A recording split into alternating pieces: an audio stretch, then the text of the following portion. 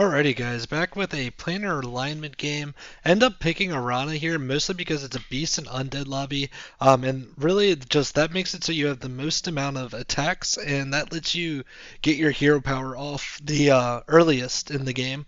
Um, Generally, you're going to follow the normal leveling pattern with this. The main thing is just using the planar anomaly to get more attacks is really good. Turn 3, you can kind of play a couple of different thoughts. It's a question of do you want to level or not. We had a argument to staying down, but I didn't think the Eternal Night was good enough, and really I just wanted to level here and just kind of go there. Just the shot wasn't good enough in my opinion. So here we're able to stabilize a bit on Tavern Tier 3. We're able to Chef's Choice and get two of the Reborns. I think I would just take the Knight here and try to scale a little bit with that. Mainly, biggest thing right now is just trying to get as many attacks to get our hero power to proc, and you can see that we're going to be pretty close in this fight. And if I remember correctly, we're actually one off, which really sucks. However, getting it off on turn 5 isn't bad. We do triple off of the anomaly, and I take the ruined progenitor here just because we have a lot of reborns already. We can potentially flex into beetles from here because we have a lot of summons. We should be able to scale pretty fast with this like hybrid beast and undead comp.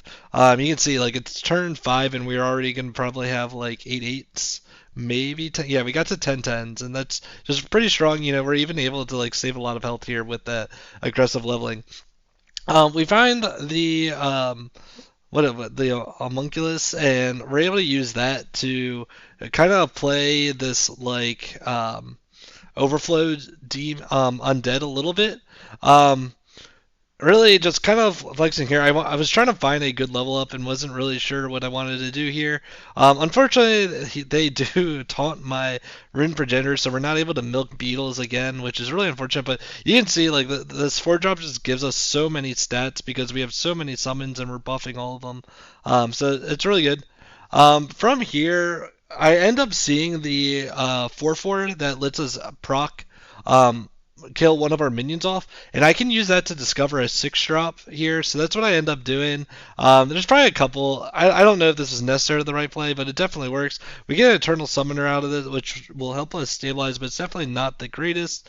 And we have Champion of the Primus, and we can use that to get some undead scaling. So yeah, I think probably selling off one more for the hand is probably even worth it here, but go either way. I end up selling off to get the Cadaver Caretaker. I think that's probably fine. I was kind of in a bit of a rush, but it ends up being alright.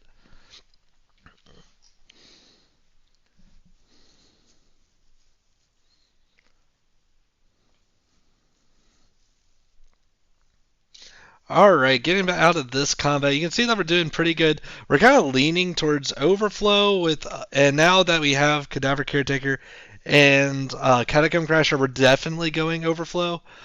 This is definitely one of the best things that you can do in undead comps. The Naga here is not bad to get Divine Shield, but really we're just trying to find as many of the Caretakers early because those are more scaling. Fortunately, we're not able to taunt. It would have been really nice to be able to taunt.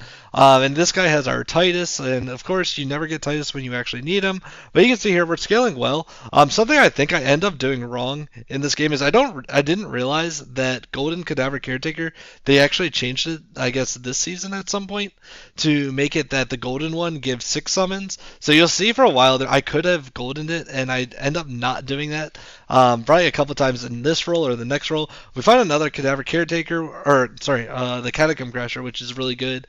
We're able to take a Scarab here and kind of hold it for when we get another Macaw. So we're able to do that and just kind of use our gold effectively here. Really good setup though here. We have 2 Crashers.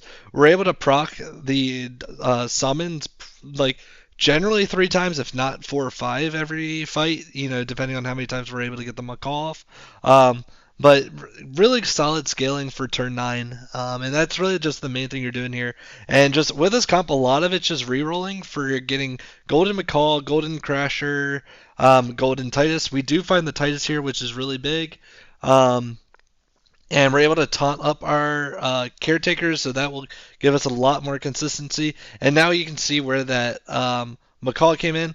If I'm playing it right, I think I just hold on to the Macaw here, and try to golden something. So this is the first time where I actually do the misplay. Is I don't freeze it, and I should have freeze the caretaker here.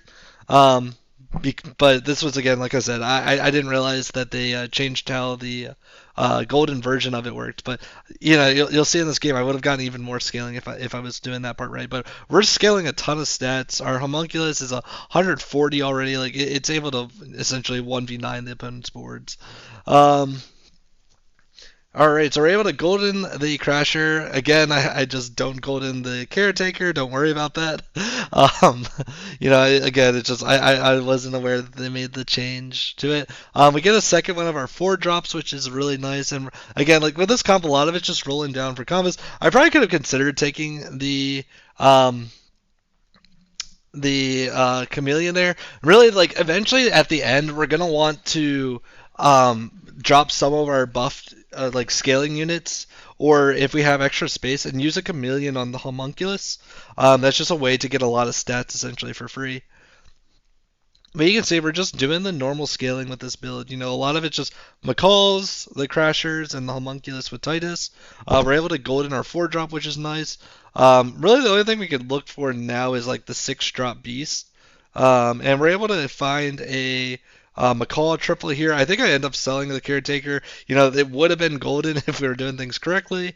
But from here, it's not really a big deal. We end up trying to find another beast. We find another macaw, so we're able to scale a little bit extra with that. But I don't think we have enough summons right now for 2 macaws. Yeah, so that's kind of unfortunate that we lose a little bit of our scalings on the macaw attacks. But right now we just only had the 1 summoning unit, and that's really all we could have done that turn. So I pick up the chameleon now because that is my long-term fan. I do pick up this beast. That gives us another summons. Unfortunate that I wasn't able to do that. If I was being smart here, I would have picked up the eyes and used that on the Caretaker, but again, I didn't know what I was doing. And I pick up the Divine Shield here. I'm going to use that in the last fight, and I can now Divine Shield our Homunculus and use that with the Chameleon, and that gives us just a very strong unit for our last couple fights. And you can see now that we have the Macaw, we're able to get some Beast procs here. And in a way, these Beasts are doing a lot of the work for us in this fight. And we get another one of the Beasts, and now we get a couple more summons, and you can see that we're just doing a lot of work here. So yeah, before even our homunculus gets into the fight, they're already down to like 2 units. So now we're in our last fight, and we're just gonna all in on the homunculus. So we're gonna give it Divine Shield. We're gonna give it the attack buff. We're really just gonna go all in, and we're gonna sell off the one Catacomb Crasher just because it doesn't really do anything. We're gonna give everything Reborn that we can. And again, like if I was smart, I would have golden the Caretaker. But besides that, we then make our Catacomb Crasher the best unit that in case our homunculus gets sniped, we still can copy a decent unit. But from here, it's a very typical left to right fight, and we do all right, and we get that second big homunculus. And really, if you're like one of the best ways to all in on your last fights is using something like Chameleon to copy one of your biggest minions. So anyways, hopefully you enjoy this. Good luck on your guys' climb. Please like, subscribe if you enjoy it. See ya. Bye.